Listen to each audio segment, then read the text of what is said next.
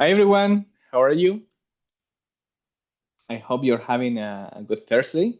So thanks for making the time to attend this webinar. And the goal here is to share the good news around the Fluent Bit project. And for those who are new to the ecosystem, we're going to do a quick intro around the problem that we solve as a project, the value that we deliver, and of course, a little bit about the trajectory. We are celebrating 10 years and as well do some demos around what's new in V4. Okay, so but before getting started, I'm going to ask you, let me share my screen, to contribute back to us. Just take 1, 2 minutes, no more than that, please, just to do this quick survey that you can get with this QR code. But as well, I think Adriana is sharing this and the link into the chat, the Zoom chat. So with this information is really valuable for us because we can understand the struggles of the users, where they're heading, where they're thinking to accomplish, or what type of problem to solve. So please take the time to open this quick survey. If you go to the browser, it will look like this. Okay, so we're going to give just 30 seconds, or while I continue delivering the presentation, you can fill this out. Okay, so 9:05 local time. So let's get started. So we announced the release of Fluent Bit V4 at KubeCon Europe like a month ago.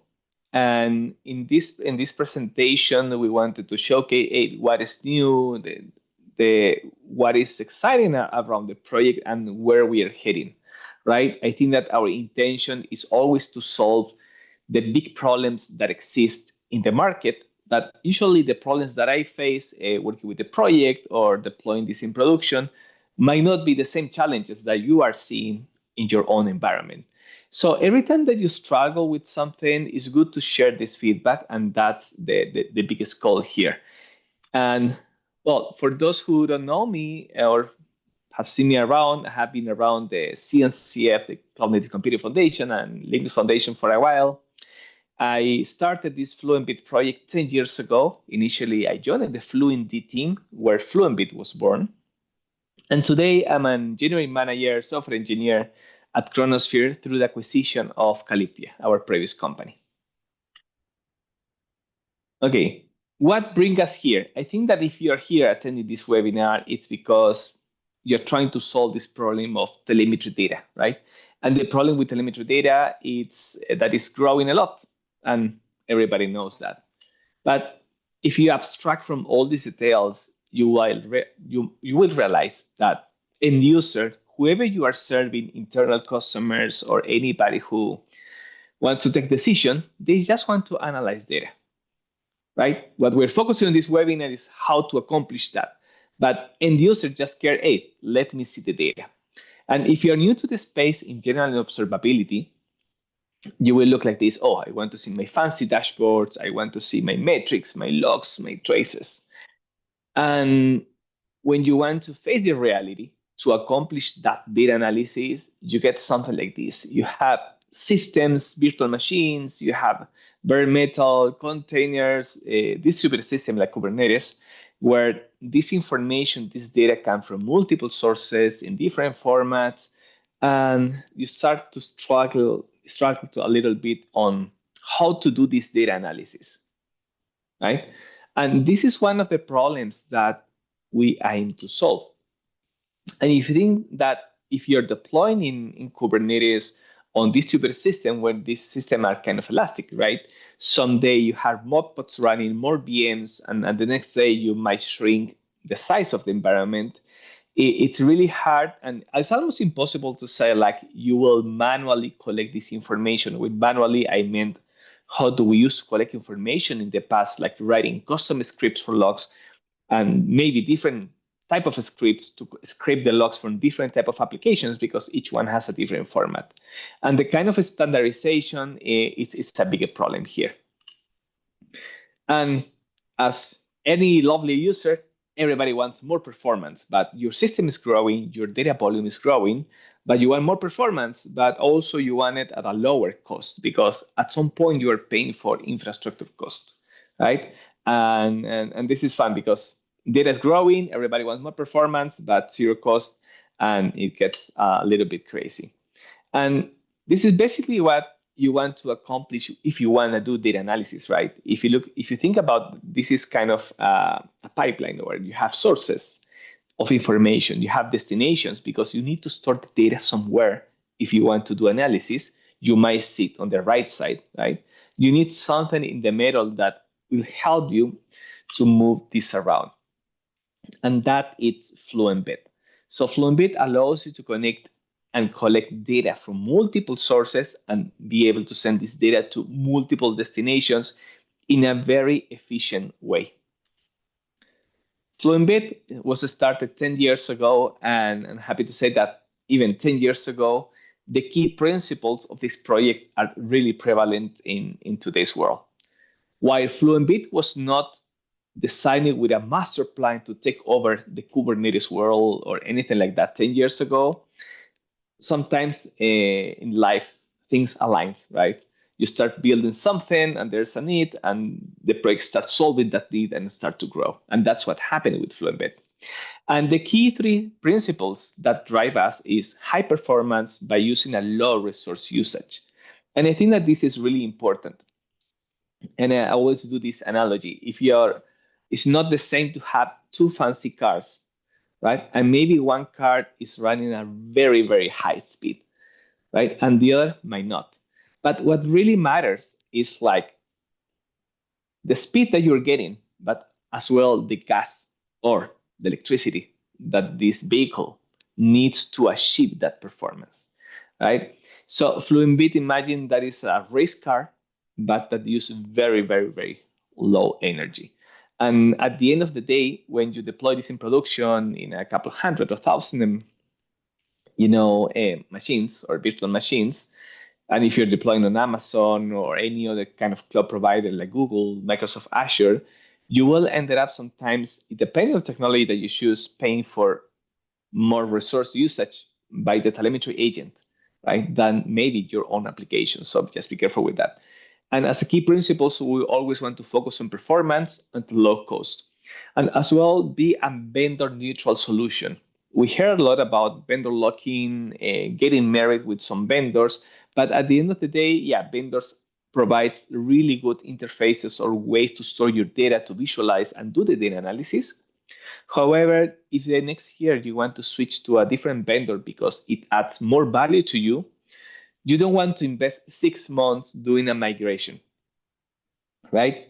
And being vendor neutral for us means like we should be able to allow users to switch vendors in seconds, right? With just a configuration change without any disruption in their environment. And the other is like a broad ecosystem support. When you are collecting data from multiple sources and multiple destinations, we need to leverage the community to start extending what Fluent Bit is capable to do. And when it's capable, I mean new sources of destination, new processors, or new, for example, destination. All of this is thanks to the pluggable architecture that the project delivers internally. Fluent Bit is part of the Fluent D. Fluent D is like the parent project, and today Fluent Bit is under its umbrella. We are going through a current change right now inside the CNCF where we might have a Fluent organization that will have both projects on it. But as of today, Fluent Bit as Fluent D are graduated projects into the ecosystem. And as part of this journey, Fluent Bit was created in 2015. It started as a project for embedded Linux because, hey, we wanted to solve the data collection problem for logs at that time for embedded Linux because most of the devices are going to be talking to the internet, our microwaves, our kitchen. You might imagine what was the vision 10 years ago. And yeah, so we created this project to achieve that. In 2016, we were from the same project that Fluent D. Fluent D joins the CNCF.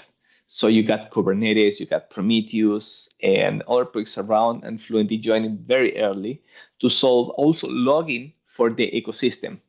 Fluent Bit joined an incubation state and got graduated in 2019. Incubation graduation means like, hey, what is the production usage of this, and how much companies can trust that this technology is going to be around for many years, and you're not going to adopt an open source project that, hey, there's a sole maintainer, nobody cares about it, and sometimes the maintenance will disappear and you will not have a solution. So a graduation gives you that badge that says, hey, this is being used by X number of companies, has X amount of contributors, and it's in a healthy state from a contributor perspective. And when Fluent joined in the graduation state, well, also the Fluent Bit adoption started to grow. So we pivoted Fluent Bit for embedded Linux to solve the cloud problem because we saw that it was more performant than Fluent D. And in 2022, we start seeing that Fluent Bit start getting more than 40 million downloads of Docker Hub pools for containers. And as of today, we released version 4. And I think that the biggest companies behind this project, meaning like they are using it heavily internally for their own internal purpose, but as well for customers, are cloud providers. And I can tell you that cloud provider has pushed the boundaries of this project many times in terms of performance, security, and all of that ended up being an enhancement. And that's why we have a healthy project today. It has been used by AWS, Google Cloud, Oracle, Alibaba, and so on. And since we are celebrating 10 years, I'm going to play a quick video. There's a really exciting tool that allows you to visualize the development cycle of an open source project, right? I'm not going to play the 3 minutes because this is 10 years in 3 minutes. So I just wanted to give you a glance of how an open source project starts by a single person start creating components, right? And start growing like a tree, right? And that tree then start attracting more contributors. So we are seeing this is not very high speed. People start contributing, creating more components, doing bug fixes, enhancement, or adding more connectors. And this is how a project starts to grow. Actually, in the video, this is 2016. I'm going to jump in time to minute 2 to year 2022. And you will see that sometimes this is kind of the behind the scenes that happen in an open source project. You might not see it. And the invitation is always to let people, be part of this development cycle. And know that development cycle is not just about writing code. A healthy open source project, it's about a community, communication channels, good documentation, technical documentation, good guides, and people also spreading the word around how you can solve problems in infrastructure, at least from this focus of this project, and to get something really exciting as a project that we have today. Well, the project has grown a lot, but we keep the 3 principles. I just wanted to show you this because this is really cool. Oh, let me see how I can. Okay. And a common question that we get about Fluent Bit is about, Fluent Bit is just for logs, so Fluent Bit is for logs. What about the other signals? Telemetry signals has been a term that has been expanded in later time by OpenTelemetry, right? And since Fluent and Fluent Bit started with logs, at least in Fluent Bit, we started 3 years ago to expand in our scope to support native metrics, right? That means supporting Prometheus metrics formats as well, OpenTelemetry metrics and Open metrics. And then we implemented traces. And you will see that under the OpenTelemetry umbrella, there's a new signal that's being developed that is called profiles. It's to do profiling on top of application, but profiles in this concept, it's around how do we capture the data from profiling information for a specific application, and that gets encoded over OTLP. I'm going to explain that part later. But profiles is supported today in Fluent Bit, same as in the OpenTelemetry collector, because our goal is to have a smooth communication across all the parties or all the components that you might be using in your own environment. So Fluent Bit, going to recap, connect sources with destination across different type of signals. It doesn't matter what it is. It's just kind of a plug and play. It just go and you can start using it. And where do you deploy this? Fluent Bit actually can be deployed in a container, in a bare metal machine, in a VM, in a Raspberry Pi, and the same binary supports connectors to different type of endpoints databases. I didn't mention this, but Fluent Bit is written in C language. We might have fans of it, might not have fans, but the value of that is like we are able to optimize a lot in terms of memory usage, CPU cycles. We have more control over the program. But you might realize that over 10 years, we get really good practices when we try to decrease any type of risk around typical problems that we might get with C if it's not done right. And Fluentbit can be deployed in this way where you can have agents. It's called a telemetry agent, right? You can send data to one destination, or also the same agent can send data to multiple destinations. And there's also this typical use case where you would like to send data to multiple destinations to have a copy, or maybe you want to send most of your data to Splunk, but maybe Splunk is too expensive. And you said, okay, I'm going to send to Splunk maybe a fraction of my data. Meaning, like imagine like a JSON record, and you, instead of sending 10 keys, which is quite big, maybe you're going to send 2 keys to it, 2 keys with their own values, and all the whole record you're going to make a backup copy on Amazon S3 in case you want to do a replay later. Same as Fluentbit can sit on the edge. Edge means where the data is being generated, right? Also, Fluentbit can sit in the middle as what we call an aggregator or a collector, right? A collector or aggregator sits in the middle. It can receive data from different agents or different applications. Even if you are instrumenting your application with the OpenTelemetry SDKs for Python, Go, or any type of language, you can make Fluentbit receive that data, process that data, and send that data out. More than just moving data from A to B, we have strong processing capabilities for logs, metrics, and traces. So you can solve most of the problem that you might face in production. And as I said, more than connecting to A to B, vendor neutrality and be able to interoperate with others is really, really important. Right? So our vision is like, do not come up with a solution that is a drop-in replacement, because we think that for the end user is kind of expensive. But we come up with a solution that is like, hey, start using it here, plug it or connect it with the other endpoint, and start getting value from it, right? So we always want to interoperate with any type of protocol, any type of communication. We support Serial Console, we support you. How is called this? In the past, we used to support Zigbee, which is a wireless communication protocol, and many others.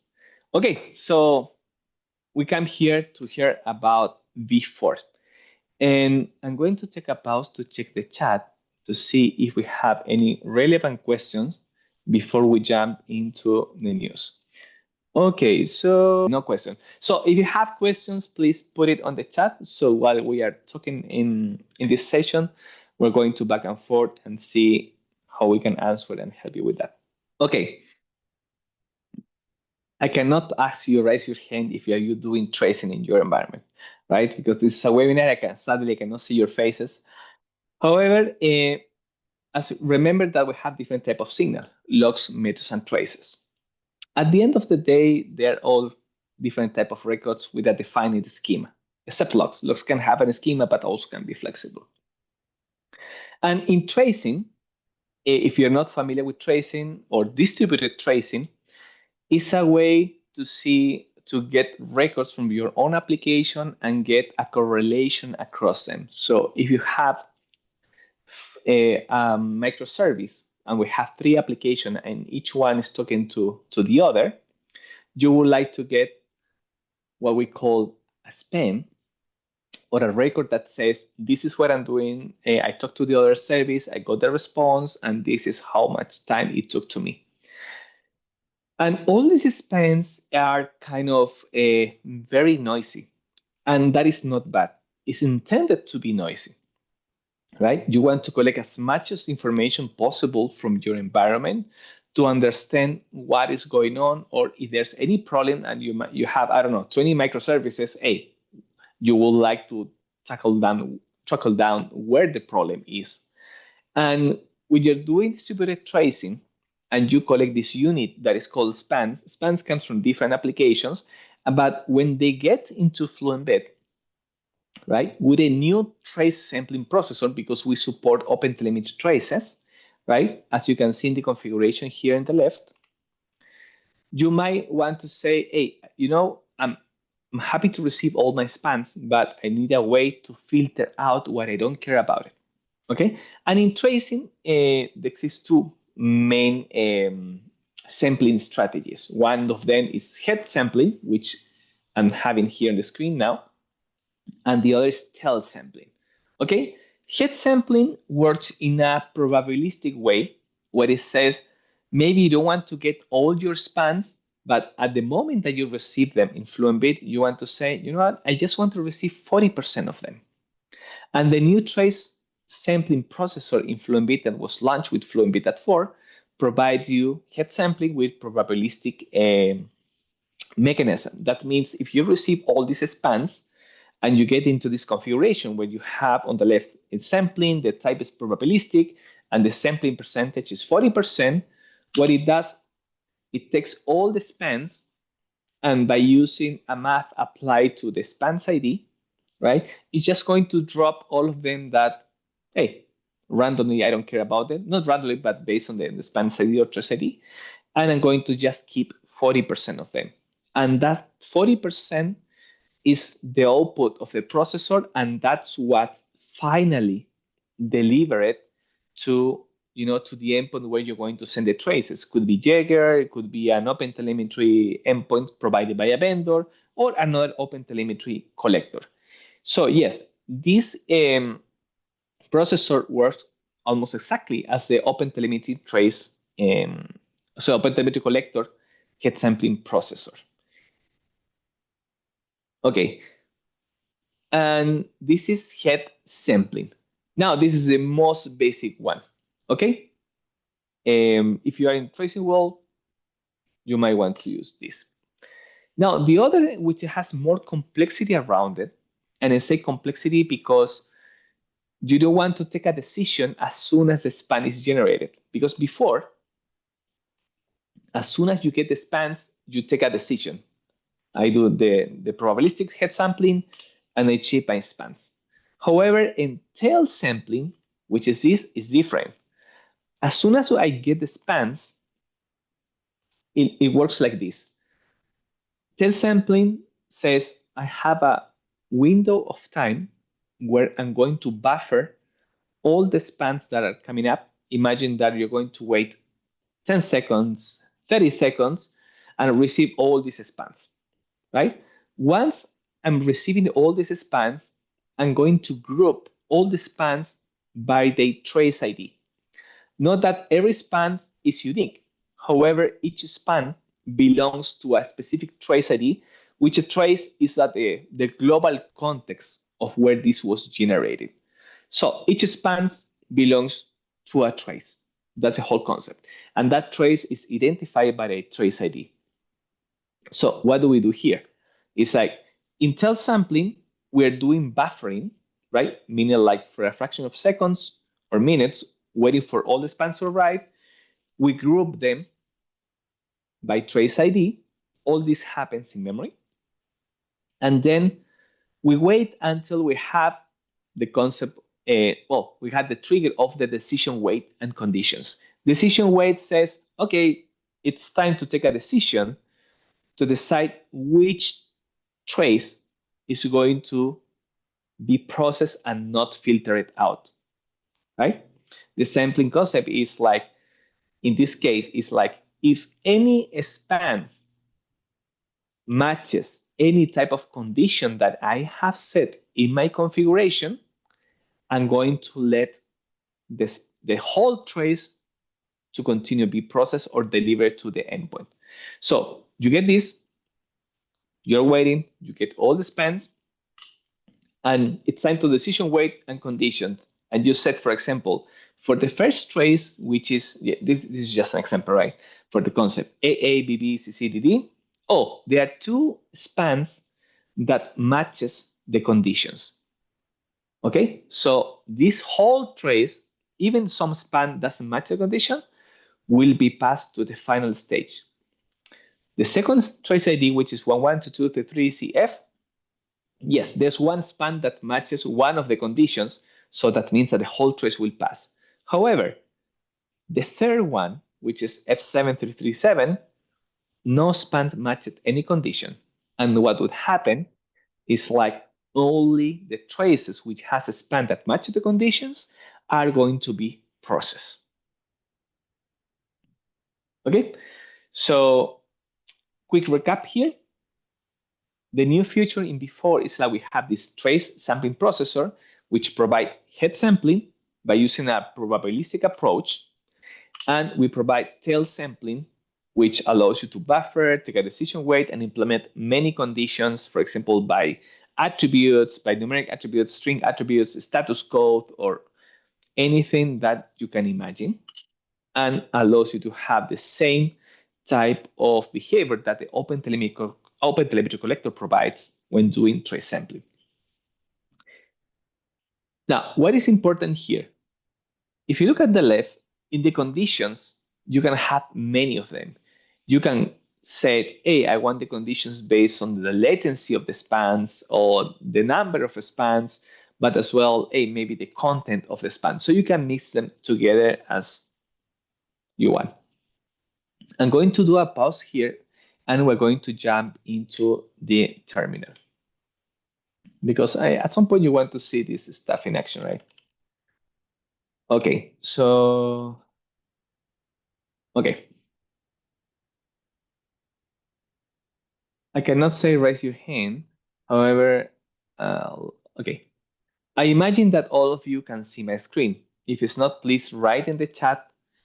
I will be able to increase the size of the font so you can see what I have in my screen. What I have here is a configuration of Fluent Bit pipeline. If you are coming from very old version of Fluent Bit, you might realize, hey, this is YAML. Yes, in newer version of Fluent Bit, we support the classic configuration mode, but as well we support YAML. And moving forward, all these processors and stuff are just supported in the YAML configuration. So classic mode is going to be deprecated maybe in 1 year. Okay? Okay, basic concepts if you are not familiar with this. This is an inputs and this is an outputs, meaning like where do I collect data or I receive data and where do I send the data? The first input is the OpenTelemetry plugin that we implement natively inside Fluent Bit. This is pretty much an HTTP server that speaks OTLP, plain OTLP over JSON, but as well on gRPC. Okay, and what we're doing, as soon as we receive the data, we load the processors for traces. Processors can work for logs, metrics, and traces, but this specific processor that is called sampling works for traces today. We are going to extend it for logs as well. And the type of strategy that we're going to use is probabilistic. We're going to have a debug mode enabled. Debug mode allows us to have some kind of basic visualization in the terminal to see how this data looks like. It's not perfect, but we're going to try to improve it. And the sampling settings for this will be 40%.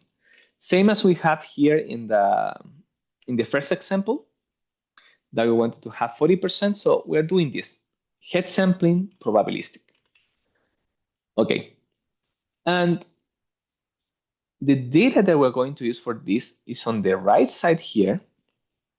This is an OTLP trace in JSON, where you can see that we have a couple of spans, have 3, 4, 5, 6, 7, it's like 10 or 11, 5 span. So what we're going to do is the following. I'm going to send this JSON code to Fluent Bit. Actually, even from a visual perspective, I'm going to switch this to the right. The layout. So I just lost my 2 columns. And I'm going to move the configuration here because, oops. Okay, so I'm going to have my data that I'm going to send to Fluent Bit on the left, and Fluent Bit will receive it on the right. So if I go to the terminal, here I have Fluent Bit. Okay, I'm just starting it from the terminal. Make it please some comments on the chat to see if you can read my terminal. I just don't want to move forward without knowing if you can see this properly. Adriana or somebody from the folks. Awesome. Thank you, Anthony. Okay, so I'm using version, well, for O2. We released 4.01 yesterday, so it bumps automatically.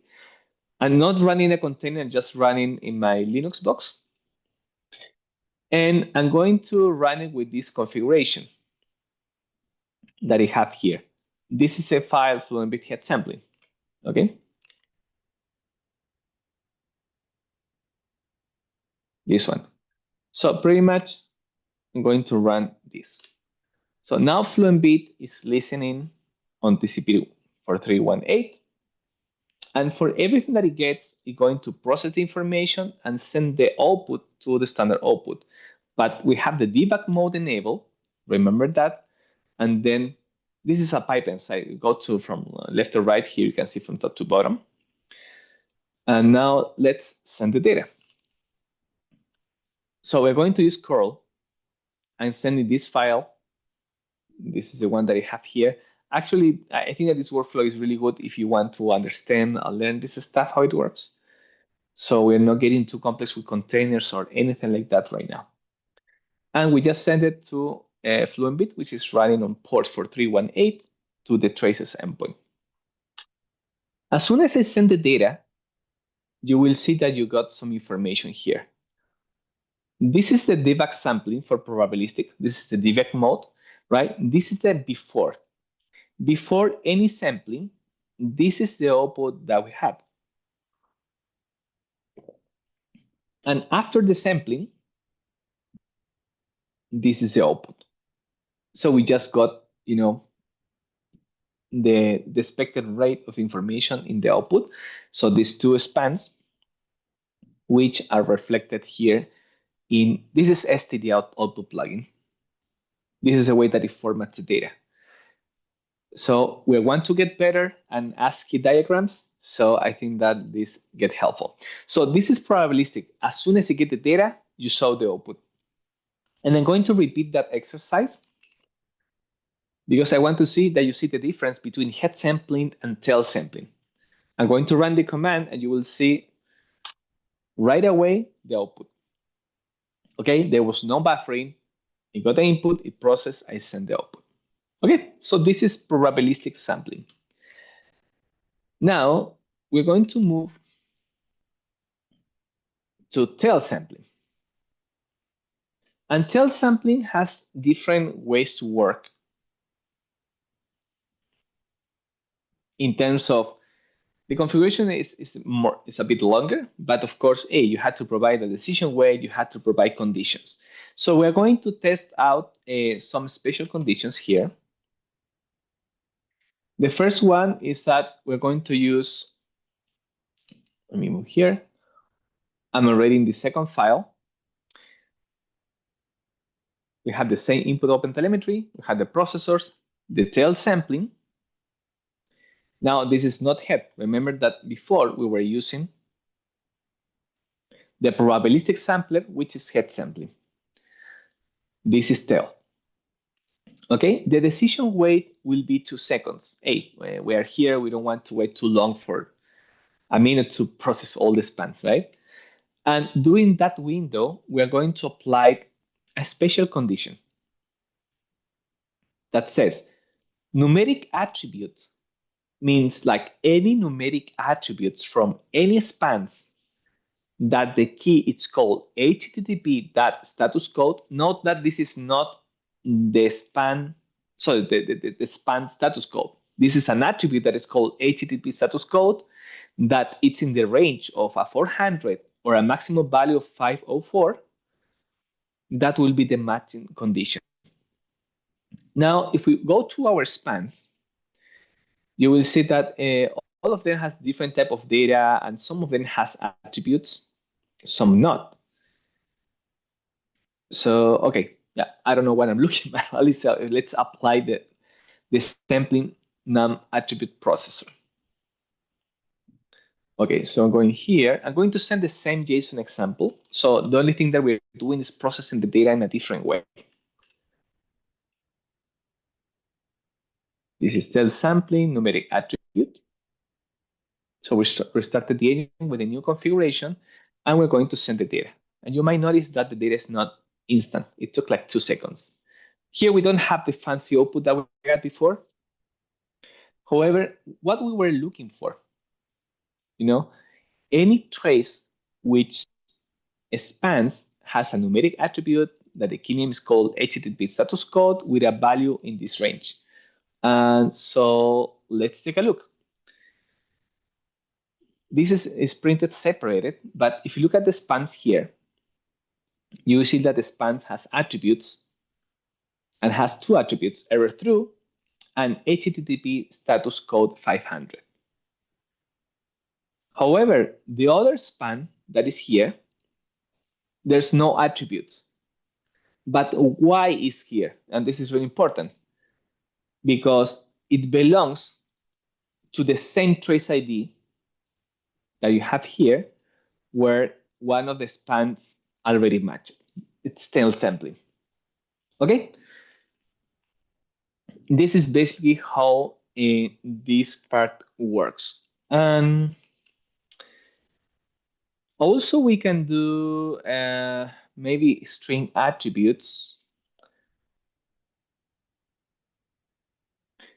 where string attributes in this example, this is same thing, tail sampling, we're doing a buffering window of 2 seconds, and then we had conditions. The first condition says like any type of string attribute where the match type is strict. That means that it must match the same name, where exists any value that the key HTTP method as get. Or in the other case, there's a string attribute, match type, check that the key service name exists. That's it. I just want to check that the key exists in the record. So if I have my data right, and something this is string attribute,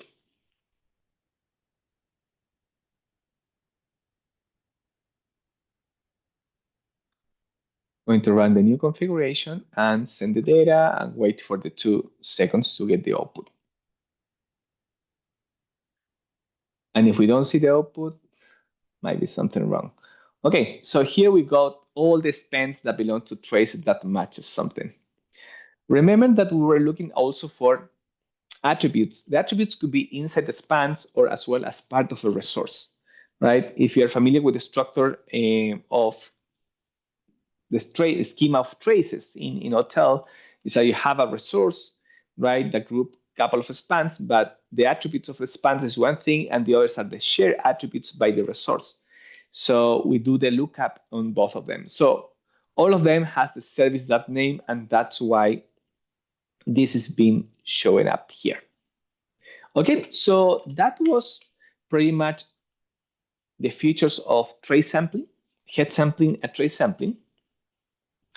And another, moving forward, if you have questions about this, please write them in the chat. So after we finish the presentation, we can go through them and do the Q&A.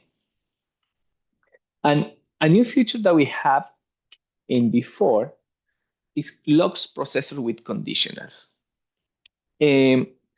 Previously, if you have, for example, think about logs, forget about traces for a second. If you have logs and sometimes you wanted to process certain logs, but sometimes you found that, hey, I would like to do this modification to the log record just if a specific condition is met. For example, I'm receiving an HTTP request where the method is get, or if spot post, I would like to apply some processing on top of that record, because you will need that for analysis or any type of use case. Doing that before was involved to write some Lua script or use some very custom, what we call filters in Fluent Bit that we had around. However, we noticed that the community was looking for something that was generic, so it didn't matter what type of input plugin we had that generated logs. We wanted to have some special way to that any type of processor for logs could be conditioned in terms of, yeah, the processor will run if this condition exists. For example, if you look at here in the graphic, so we have the plugin that is called tel that is reading the container logs. And for all the output of this plugin is going to the processor that is called content modifier.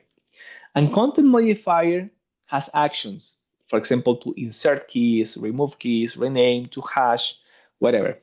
And what we're doing here, so inserting a new key that is called key modify if post. That is the name of the key with a value true. But this will only happen if this was not possible before, right? With a condition, an operation, and with the following rules where the request method that comes from, oh, sorry, yeah, the recording was paused. Now it's back again. Okay, so I was saying that the condition will only apply if the content of the logs that is being read, Tail doesn't know about processors. Tail just read the data, it parses, and ship it out the content. But the condition will say, okay, I'm going to add this key only with these matches, where the request method equals post. And they have another rule that says, okay, I'm going to insert the key, modify if get, which is different. This is if post, if get with a value of true, if the method is get. Now, this conditional is quite interesting because we have a lot of operators, right? For example, you can see in the left side we have equal to, not equal to, greater than. So you can apply it in very different way, even with regular expressions. So it's quite powerful because right now you don't need to write a Lua script, right, for this kind of generic operations.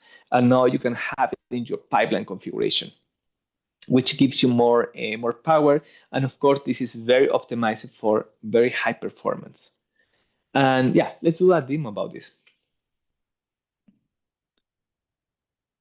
Okay. So let's take a look at this file for a second. This is a log file that has 2 lines, right? And it's called logs.txt. And pretty much if you do cat logs JQ, you will see, yeah, we're formatting the JSONs. You will see that we have these 2 records with content request, method, path, the headers. That's it. One of them is get, the other of them is post. If we would like to apply those conditionals, right, we might compose configuration file that looks like this.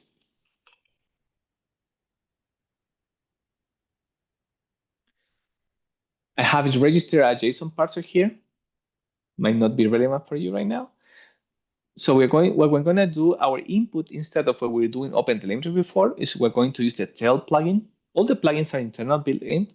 And what it does is going to read the file, which is called logs.txt. It's going to apply the JSON parser and start reading the file from the beginning. Because the tel plugin, you always start reading from the end, but this will start from the beginning. And what we're going to do, the first thing is that I'm going to comment out the processor so you can see what is the default behavior. Oops, this terminal. Okay. I'm going to run Fluent Bit, Fluent Bit, log conditionals. As you can see, my output was these 2 records. Maybe I can format this output with JQ, which is pretty much what I did before, but the structure just add the date, which is part of the pipeline processing, right? Similar content. There's no changes here. Now we're going to do something fancy. We're going to focus on the first processor. We're going to enable the content modifier processor and insert the key called modified if post with a value of true. only if this condition is met, right? Well, the request method, which is here, matches get or post, okay? And we will have another, I'm going to just in one round, another one, we're going to load the same thing, but we're going to insert a key called modify if get. It's different than this. If the request method on this type is get, like this. Okay, and if I run the processor right now,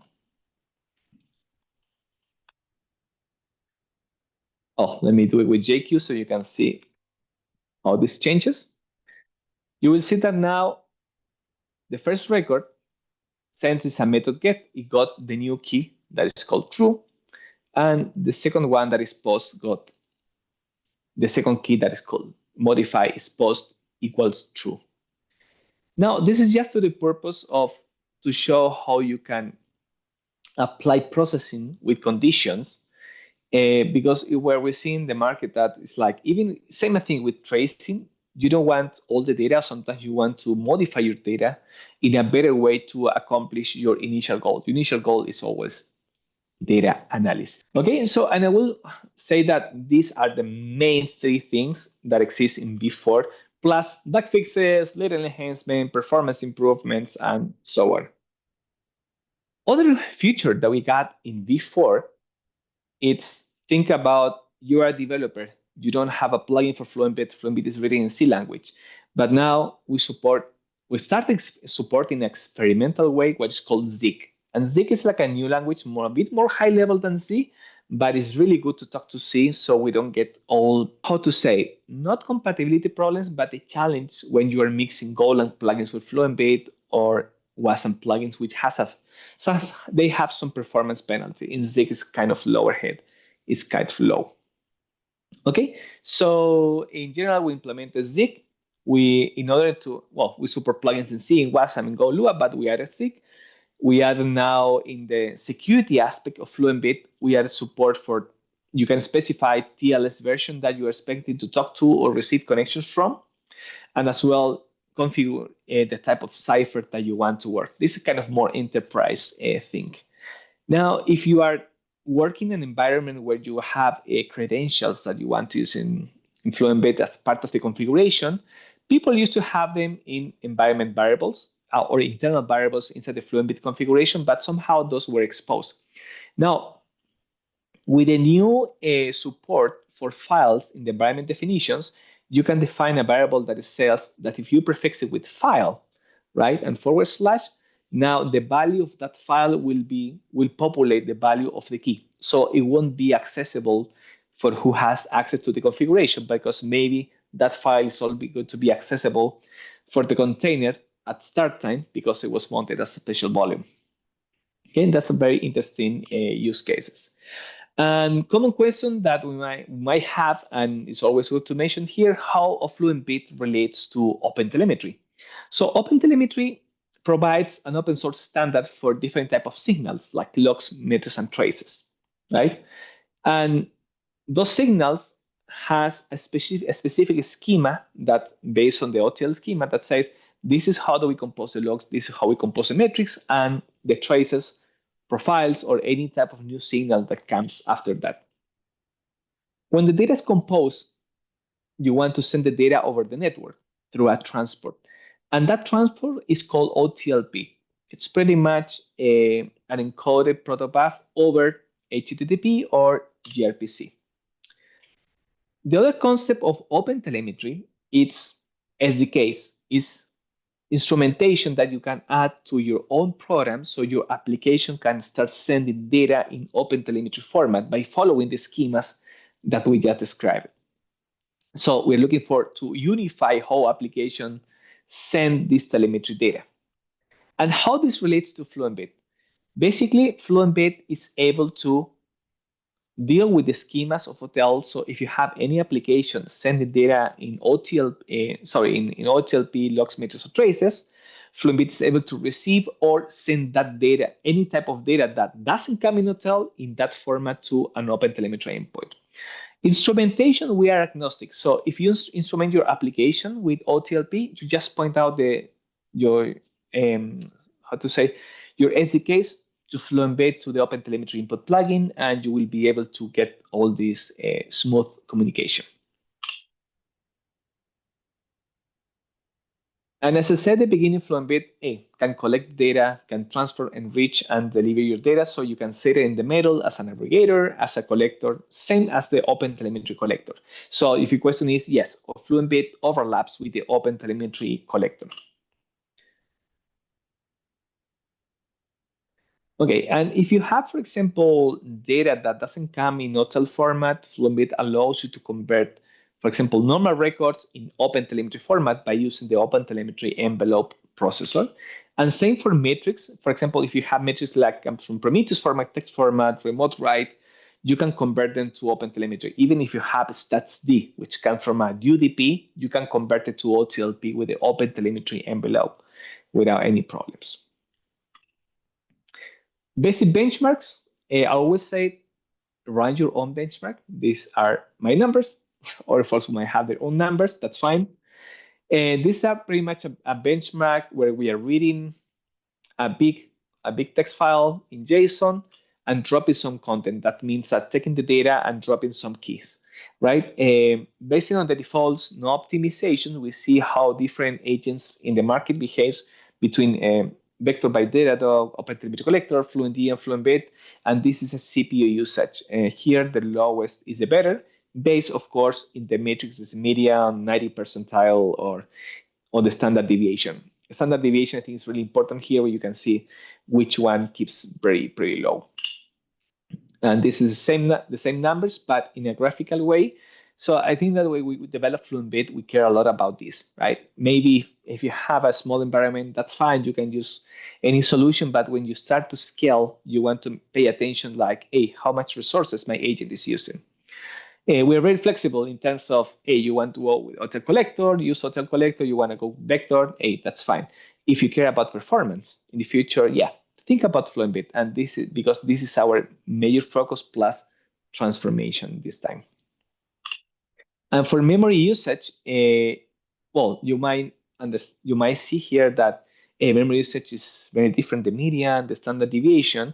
You might find, for example, that Vector and OpenTelemetry Collector, well, Vector is written in Rust, OpenTelemetry Collector is written in Go, and FluentD in Ruby. So they all have their own type of garbage collectors interfaces. So they tend to always to have a lot of usage of memory that uses cache in terms needed later. So they just let the compiler to decide how to optimize that.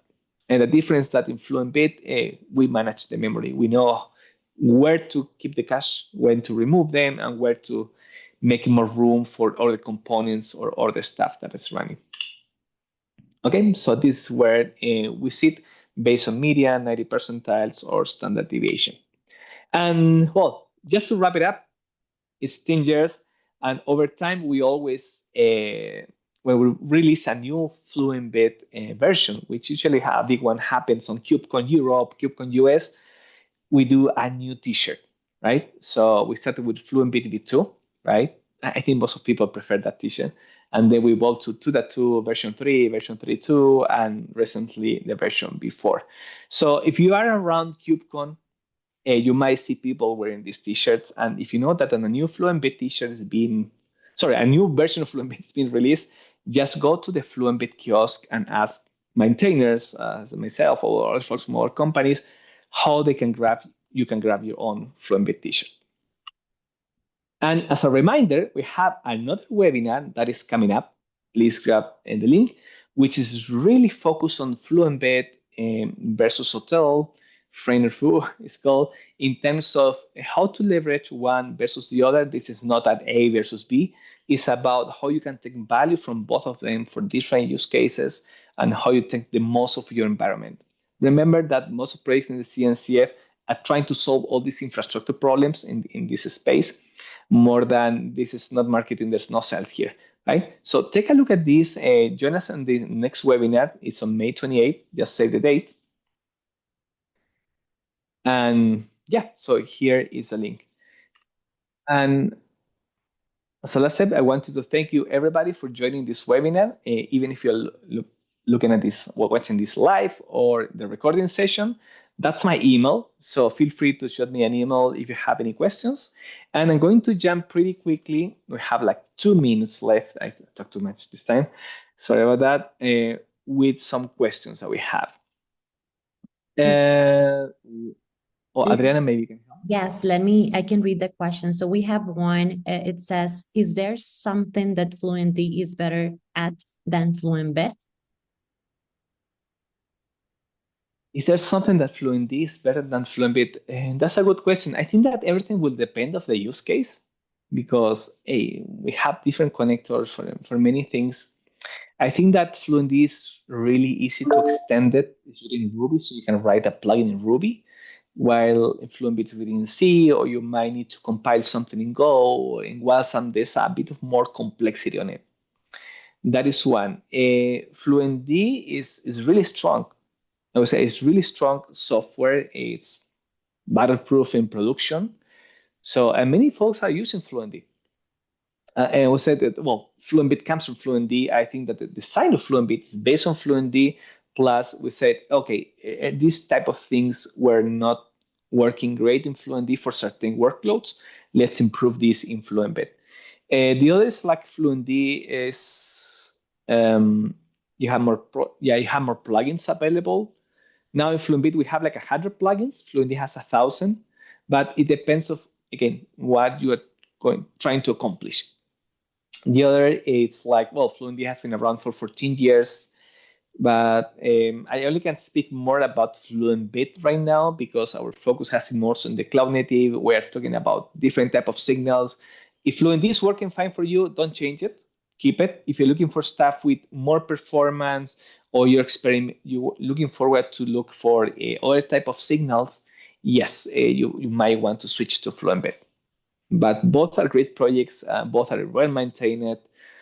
So yeah, but there are many things that Fluent D has a really strong documentation, guides. I think the Fluent D has more documentation than Fluent Bit as well. Thank you. We have one more question. It says, how complicated the regex can be there? Example, is it Perl regex library or something else? Yes, that's a good question.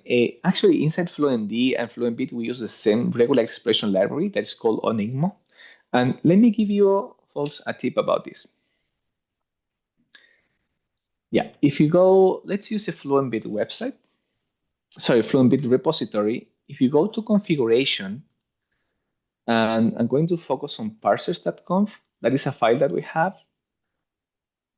For example, this is how do we provide predefined parsers. For example, this is really cool. You'll find that there is a parser that is for Envoy, that is a regular expression, that is this.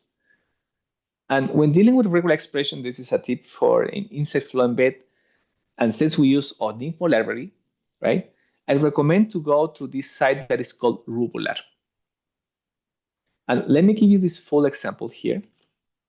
Rubular is pretty cool because it uses the same backend, and it allows you to have, for example, a test string, your regular pattern, and see how that do the group capture of the data. Okay, so it can be so simple or complex like this. Inside Fluent Bit is the same engine for regular expressions. So if you want to validate first, yeah, go here to rubular.com or just do some reference. For example, this is for Envoy. This is for, there's an example for Istio. Another tip, when you write your own stuff here, you can make a permanent link as the ones that I'm using right now. So you always can have a reference of why you built that regular expression and how you tested and what was expected output. I hope that answered the main question. Thank you. So no more questions. I think we are up of time, and thank you everyone for joining. Again, we will still have open our Fluent Bit survey, so I will send this via Slack, and you will also receive the on-demand webinar. So thank you very much for joining. Thank you, Eduardo. Thank you. Have fun.